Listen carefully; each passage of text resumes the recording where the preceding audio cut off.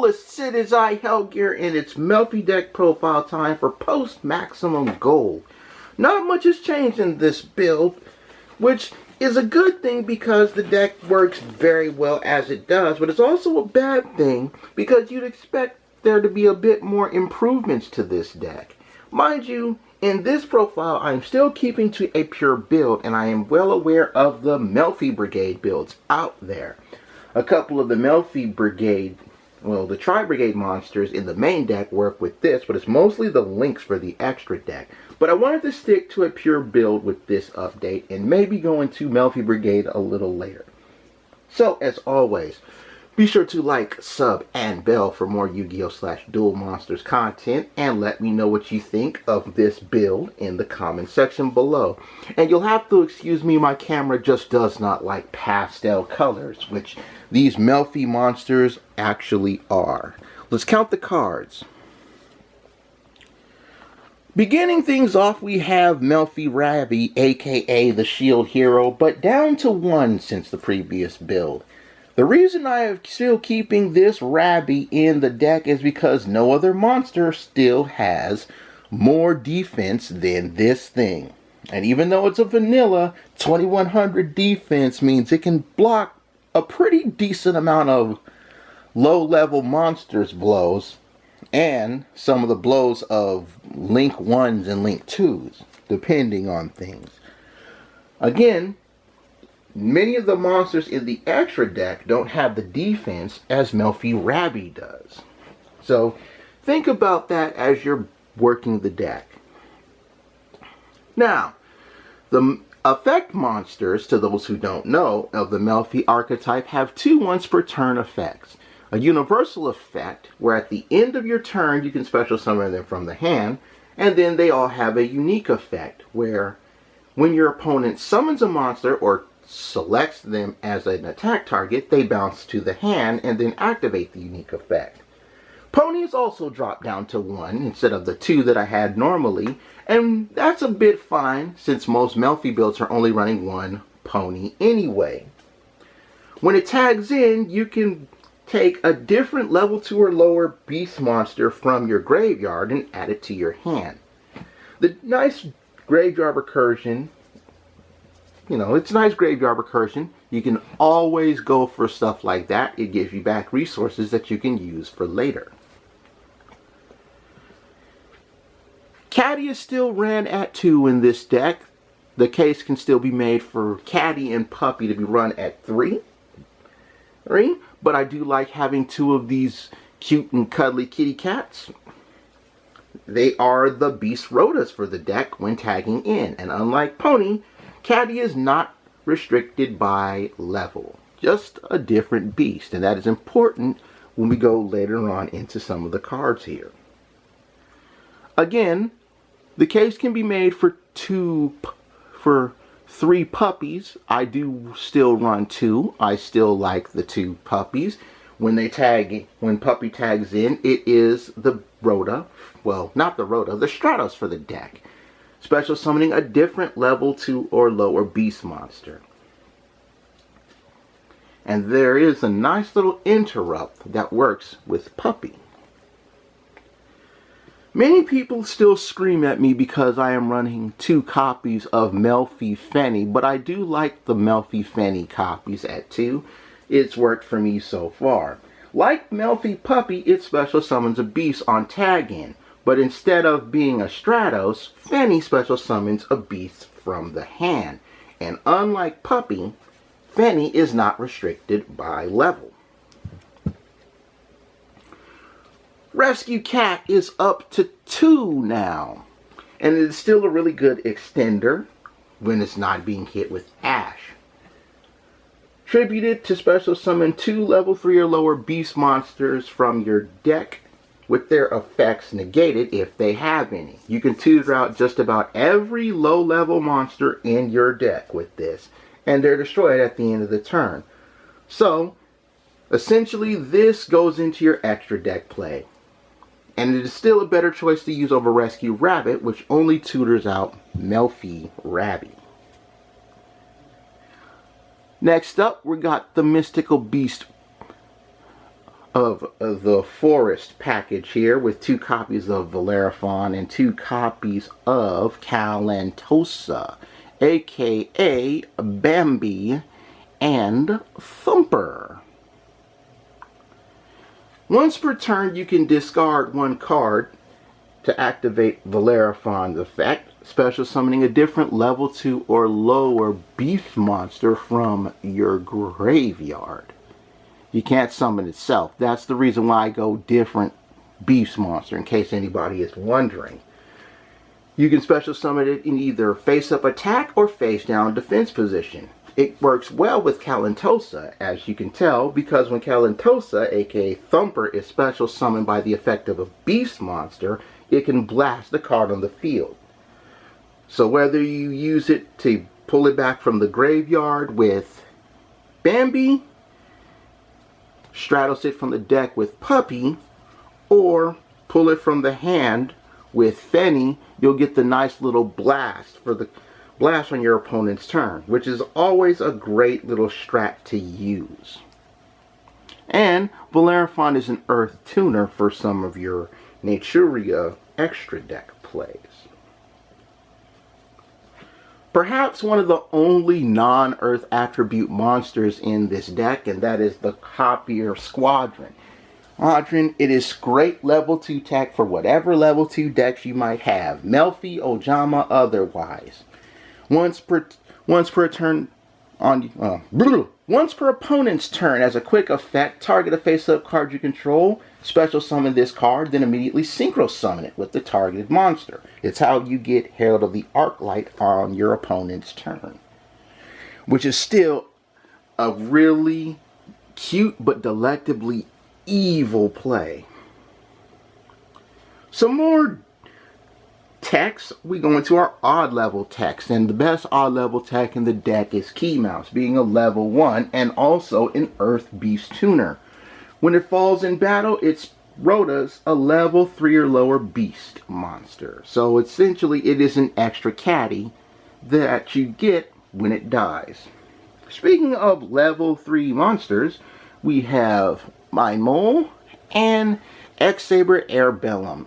Airbellum is our level 3 beast tuner who can rip a card from your opponent's hand when it deals direct damage. Is it direct damage or battle damage? No, it's battle damage. I thought it was direct damage. My mistake. Mind Mole cannot be destroyed by battle once per turn. If it is used as material for the synchro summon of a beast synchro monster, you draw a card, and if it is destroyed by your opponent's card effect, it is banished instead. I mentioned this in the previous deck profile. Airbellum was one of the cards I pulled back in the day off of Rescue Cat with this guy, Sea Koala, before the monsters you tutored out with Rescue Cat had their effects negated. When Sea Koala shares your board with another beast monster, you can target one of your opponent's monsters and reduce their attack to 0 for the turn. A very useful play when you needed to during the 5Ds era. You could essentially use Sea Koala with Airbellum, because they're both beasts. Use Sea Koala's effect to lower your opponent's monster to 0 attack. Then come battle phase, swing at it with your Sea Koala. Then, if your opponent's only monster was that, and you hit directly with Airbellum, you can essentially rip a card from your opponent's hand, and on main phase 2, since this is 3+2, tune them together and make Naturia Beast.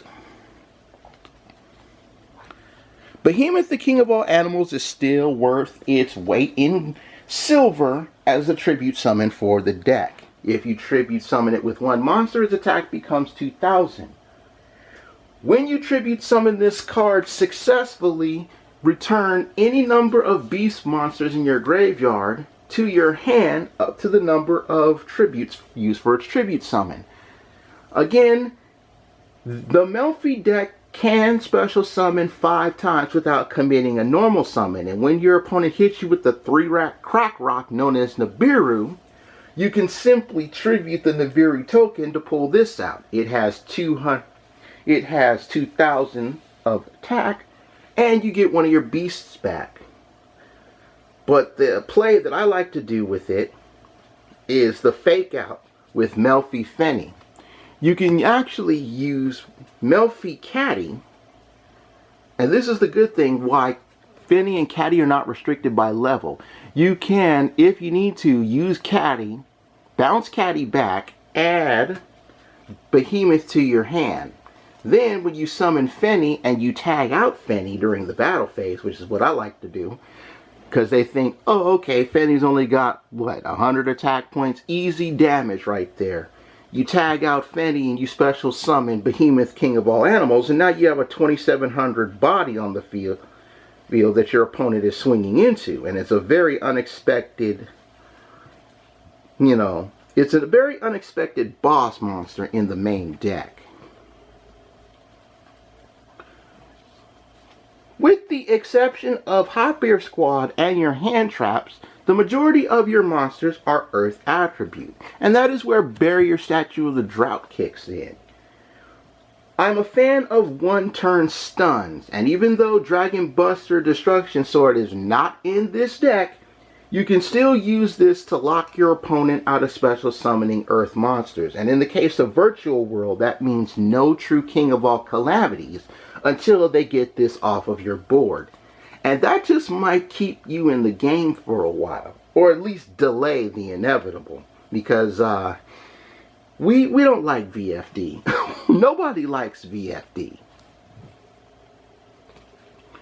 Hand trap of choice is Effect Veiler. I still like Effect Veiler over Cyframe Gear Gamma because I can use this even if I do have monsters on the field, and it's not once per turn. Spell game, you guys. I am still rocking the 2 copies of Melffy Hide and Seek. It is essentially protection for your beast monsters, protecting each beast on your field from destruction of a card effect once per turn, if it's the first time, of course. You can target 3 beast monsters with different names in your graveyard, shuffle them into your deck, and draw a card. The low rent Pot of Avarice is nice, but mainly you're doing this with the beasts. This is to protect your beast from being destroyed by card effects, which another spell later on in the spell game can be counteracted using this card.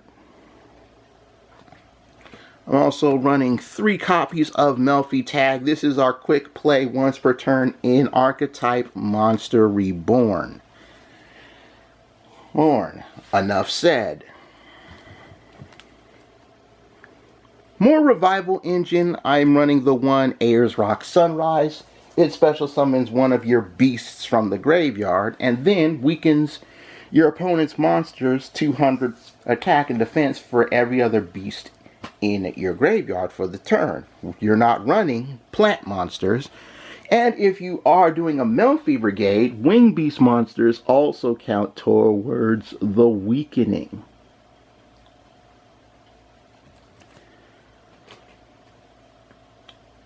Two copies of the Big March of Animals. I still love the fact that this card can help push for doing serious damage, and I'll talk about that a little bit later. To those who don't know, the Big March of Animals is a one-turn United We Stand for beast type monsters. For every beast you have on your field, when you activate this card, they all gain 200 extra attack until the end of the turn for each beast. So, if you have 4 beast monsters on your board, when you activate one of these Big March of Animals, all 4 beasts gain 800 attack for the turn, and that extra damage push is very useful. 2 copies of Obedient School. This is one of the cards that can be counteracted by the effect of Melffy Hide and Seek. Essentially, it is Obedient School is Rescue Cat in spell form. If you control no monsters, special summon 3 level 2 or lower effect beast monsters with different names to your side of the field. They are destroyed at the end of the turn, and you're locked into beast monsters for the rest of the turn. Being locked into beast monsters is no big deal, and unresolved, you're essentially going to have 2 level 2s and your key mouse play, and that'll get you a Nat Beast off of the card, which is a very useful thing.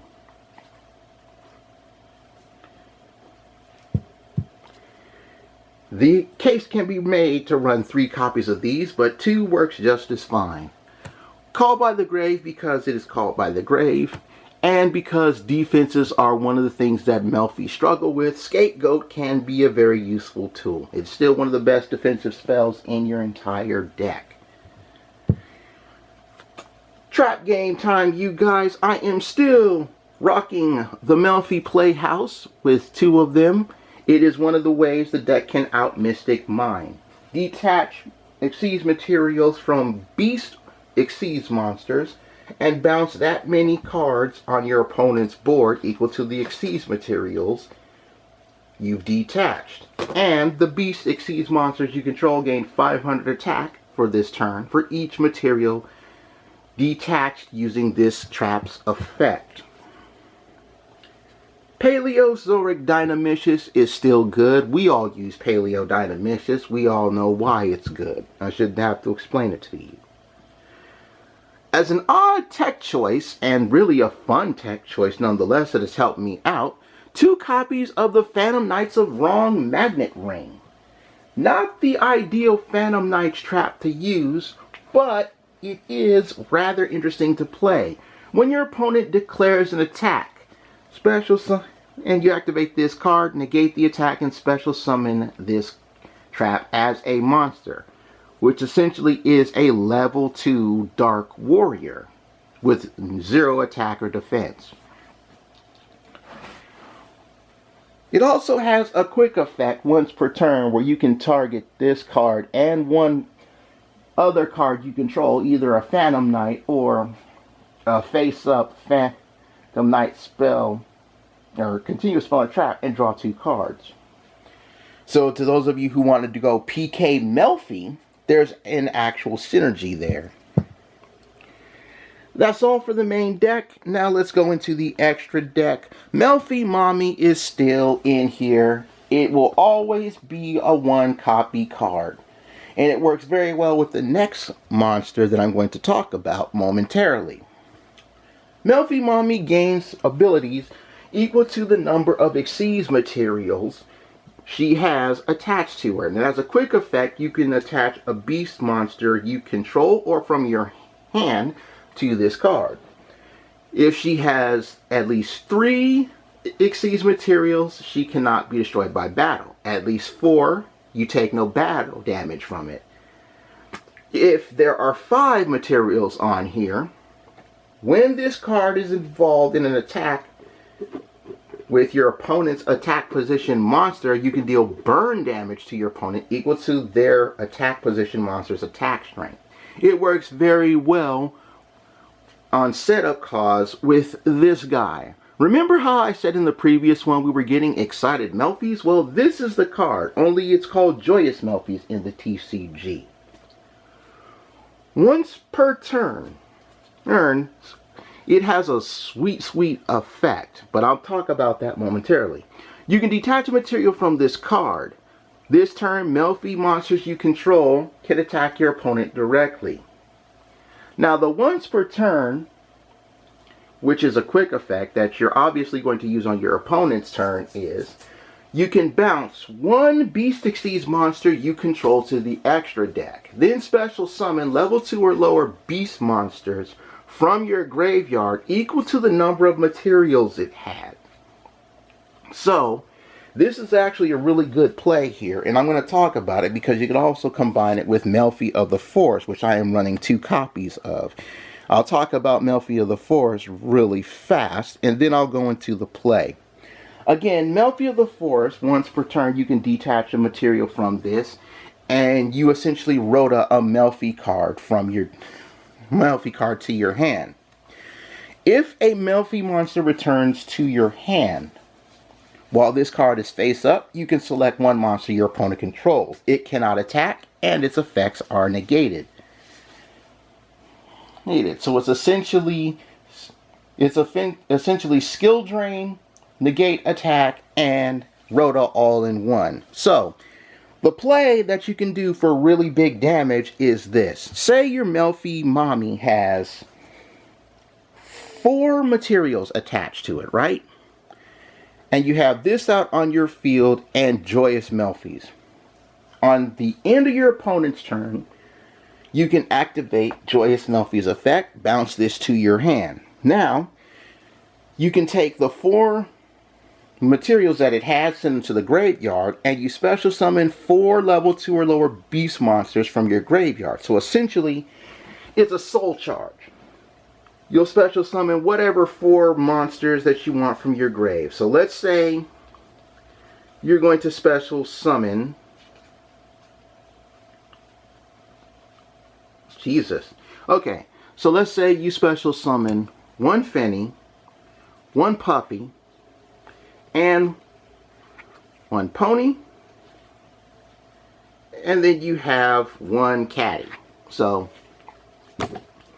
your field is looking like that. You have these 5 out on your board, right? Now, what you can do after you draw, you'll take these 2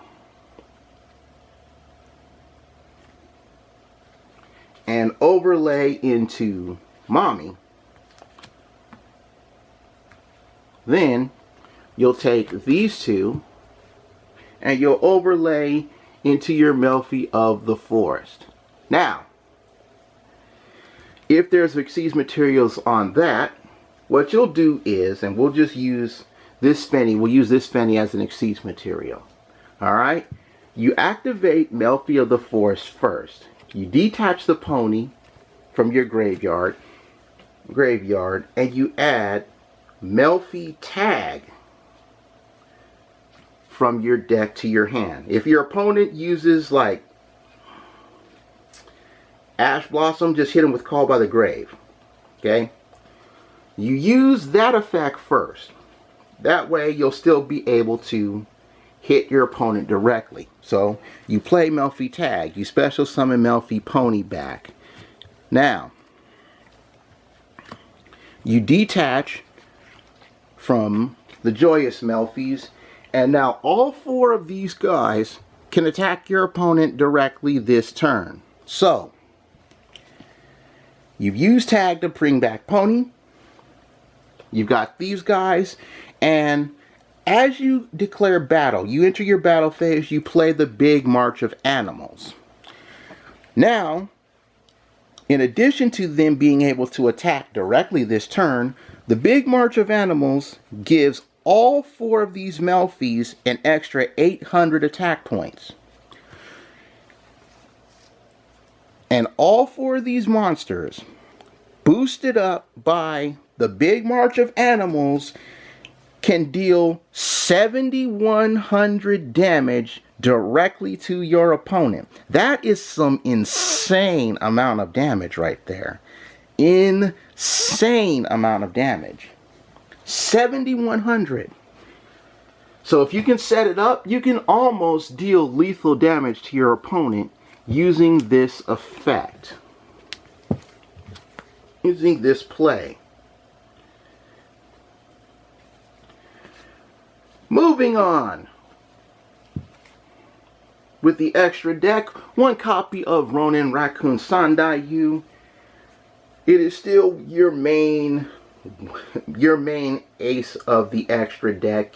You detach a material, special summon a Kagemusha Raccoon token, which is level 1 Earth attribute. Its attack becomes the same attack as the strongest monster on the board. And when it shares the field with beast monsters, it cannot be targeted by card effects or destroyed by battle. I run 1 Dark Mist. I switched. This is a star foil, to those of you who don't know. In my original one, I used my ultimate rare version. It takes 3 level 2 monsters to Xyz summon into it. But I still love this card as a nice little option when you're not locked into Obedience School. Once per battle, when this card does battle, you can detach one material from it and steal half of the opponent's attack points. It's literally Dark Rebellion Xyz Dragon as a rank 2. Shoutouts to Yuto. So yeah, facing a real powerhouse monster, detach a material, steal half of their attack points. It gains that half of the attack points, and you swing at your opponent. Or, if they're swinging at you, you'd use this effect, and they just run into a wall. And this is a once per battle effect. Not once per turn, once per battle effect.